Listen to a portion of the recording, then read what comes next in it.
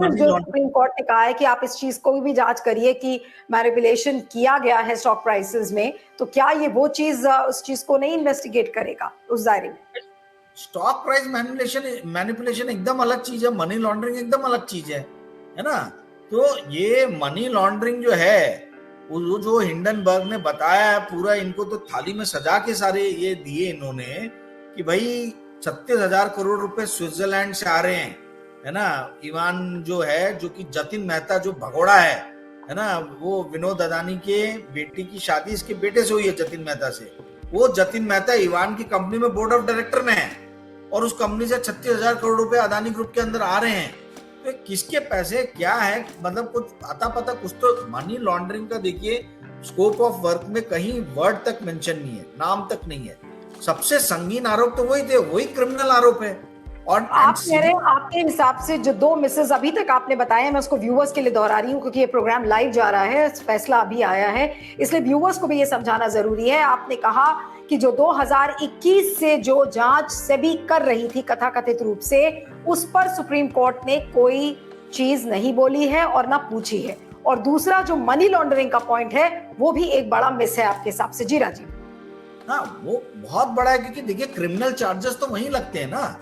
और सबसे बड़ी बात ये है कि भाई पूरा मनी ट्रेल, मनी लॉन्ड्रिंग के बारे में बोला नहीं सुप्रीम कोर्ट ने। और SEBI is also not well equipped enough to handle such cases. Money laundering का case SEBI they are not handled well or they are not equipped well to handle such cases, क्योंकि इस type के cases enforcement directorate करता है, ठीक है, directorate of enforcement करता है। तो डायरेक्टरेट ऑफ इन्फोर्समेंट के लिए तो मुझे कुछ इसके अंदर में नजर ही नहीं आया, इसलिए मैं बहुत ज्यादा थोड़ा सा मतलब जो निराश हो गया कि भाई जो सबसे गंभीर आरोप जो लगे हैं। अगर सेबी का मैंडेट नहीं है मनी लॉन्ड्रिंग का, तो फिर वो कैसे करेगी राजीव? नहीं तो नहीं करेंगे ना, वही तो मैं बोल रहा हूँ। स्कोप ऑफ वर्क में कहाँ है मनी लॉन्ड्रिंग, यही तो मैं बोल रहा हूँ, यही समझाना चाह रहा हूँ कि भाई स्टॉक मैनिपुलेशन और सिक्योरिटी लॉ से रिलेटेड चीजों को जांच करने के लिए बोला गया है, ठीक है। क्या वो पैनल, मैं सॉरी आपको इंटरप्ट कर रही हूँ, लेकिन ये जो सुप्रीम कोर्ट का पैनल है, क्या ये पैनल सजेस्ट कर सकता है कि भाई आप एनफोर्समेंट डायरेक्टरेट को कोर्ट बोले कि कोर्ट आप एनफोर्समेंट ईडी को बोले कि भाई आप मनी लॉन्ड्रिंग की भी इसमें जांच करिए? क्या ये चीज हो सकती है? अब देखिए इनका स्कोप ऑफ वर्क क्या है वो भी समझ लेना जरूरी है। जो अपना क्या आपने नाम लिया था कमेटी का, है ना, कमेटी ने कहा है, कमेटी को जो स्कोप ऑफ वर्क इन्होंने दिया है उसमें सबसे पहला है कि भाई आप जो है इंटरनल इसको आप to undertake an overall assessment of the situation including the casual factors which have led to the volatility in the security market। यानी शेयर मार्केट में जो उठापटक हुई है शेयर्स की, आप इसका असेसमेंट कीजिए। दूसरा बोला है आप ऐसे मेजर सजेस्ट कीजिए जो इन्वेस्टर अवेयरनेस की तरफ जो है, कैसे और इन्वेस्टर अवेयरनेस बढ़ाया जाए उसके बारे में। तीसरा बोला है investigate whether there has been a regulatory failure in dealing with the alleged contravention of laws pertaining to securities market। ठीक है, तो loss pertaining to security market से रिलेटेड बात कर रहे हैं। अगेन मनी लॉन्ड्रिंग का कोई वो जिक्र नहीं है। और चौथा, suggest measure to strengthen the statutory and regulatory framework and secure compliance with existing framework concerning the protection of investors. अब इस पूरे इसमें कहां है मनी लॉन्ड्रिंग, जो सबसे सीरियस चार्ज था। क्रिमिनल केस बनाने के लिए यदि क्रिमिनल केस बनता है तो भाई मनी लॉन्ड्रिंग तो आपको चेक करना ही पड़े। आप ईडी हर किसी पे जो है जांच कर रही है आज की डेट में, जो भी थोड़ा बहुत भी पता चल जा रहा है कि कुछ गड़बड़ है। तो यहाँ तो 36,000 करोड़ रुपए स्विट्जरलैंड से और 41,000 करोड़ रुपए मॉरिशस के रूट के थ्रू आया है। तो ईडी के लिए कहाँ डायरेक्शन है और ईडी क्या कर रहा है उसके बारे में तो कुछ बात ही नहीं किया है।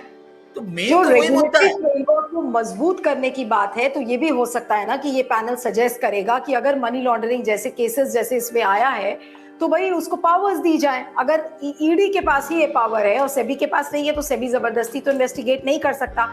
लेकिन अगर ये पैनल सजेस्ट करेगा तो क्या सेबी के लिए चीजें और मजबूत हो सकती हैं इस पैनल के जो सजेशंस होंगे उसके जरिए, क्योंकि उनको सजेशंस देना है कि रेगुलेटरी फ्रेमवर्क को आप कैसे मजबूत करें।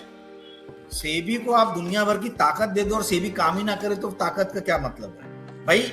मनी लॉन्ड्रिंग के केसेस जांचने के लिए ईडी है, डायरेक्टरेट ऑफ इन्फोर्समेंट है ना, डीआरआई है, डायरेक्टरेट ऑफ रेवेन्यू इंटेलिजेंस है, एसएफआईओ है, सीरियस फ्रॉड इंटेलिजेंस ये यूनिट है। तो उनके लिए तो कहीं कुछ है ही नहीं। तो मुझे ये समझ में नहीं आ रहा कि ये अगर सिक्योरिटी मार्केट तक ही रिस्ट्रिक्टेड रह जाएगा तो जो हिंडनबर्ग ने सबसे बड़ा आरोप लगाया था कि मनी लॉन्ड्रिंग के थ्रू पैसे गए, इंटर रिलेटेड पार्टी ट्रांजैक्शन हुआ, स्टॉक प्राइस मैनिपुलेशन हुआ और स्टॉक पार्किंग हुआ, तो आपने उसका एक इंपॉर्टेंट एस्पेक्ट तो अलग ही निकाल के रख दिया है। अब वो मनी लॉन्ड्रिंग की कौन जांच करेगा, मुझे ये समझना है। मैं ये समझना चाह रहा हूं कि मनी लॉन्ड्रिंग के जो चार्जेस लगे हैं उसकी जांच कौन करने वाला है। या तो ये बता दें कि भाई ये जो कमिटी है इट इज एम्पावर्ड एनफ। अब ये जो 4 स्कोप ऑफ वर्क मेरे को दिखे इसमें कहीं भी मनी लॉन्ड्रिंग वर्ड तक मेंशन नहीं है, तो कैसे मान लें कि मनी लॉन्ड्रिंग है ना? तो कैसे माने? तो ये अब मुझे मालूम नहीं, अब बाकी पॉलिटिकल पार्टीज और बाकी वकील लोग जो है इसका कैसे असेसमेंट करते हैं। ये मेरा असेसमेंट है, ठीक है, कि भाई मनी लॉन्ड्रिंग जो पार्ट है उसकी जांच कौन करेगा? ये जो बाहर से पैसे आए हैं वो पैसे अपने ही पैसे बाहर गए, वहां से आए, इसकी जांच कौन करेगा? तो ये जो ईडी और डीआरआई के लिए जो भी इनको निकालना था इंस्ट्रक्शन या एसएफआई, ये और स्ट्रांग हो जाता था केस, और ज्यादा सीरियस हो जाता था यदि इसके अंदर में वो एस्पेक्ट आता। तो मुझे तो वो दिख नहीं रहा है, पहली चीज। दूसरी चीज, ये सील बंद लिफाफे वाला जो है ये प्रचलन बंद होना चाहिए भाई। हमको कैसे पता चलेगा कि क्या सील बंद लिफाफे के अंदर में क्या दिया गया है? मनी ट्रेल के बारे में कोई बात नहीं की गई है इसके अंदर। जो ट्रांसपेरेंसी वाली बात पहले शुरू में जो कोर्ट ने कही थी, तो वो फिर वो तो नेगेट हो जाती है एक तरीके से। जो भी रिपोर्ट आएगी वो सील बंद होगी, हमें पता ही नहीं होगा उसमें क्या है। हाँ, जब अगर कोर्ट रिवील करेगी तो पता चलेगा, नहीं करेगी तो नहीं पता चलेगा। अच्छा, इसमें ये भी नहीं कुछ कहा गया है कि जो कमेटी सेटअप की है उसकी फाइंडिंग्स बाइंडिंग है कि नहीं है।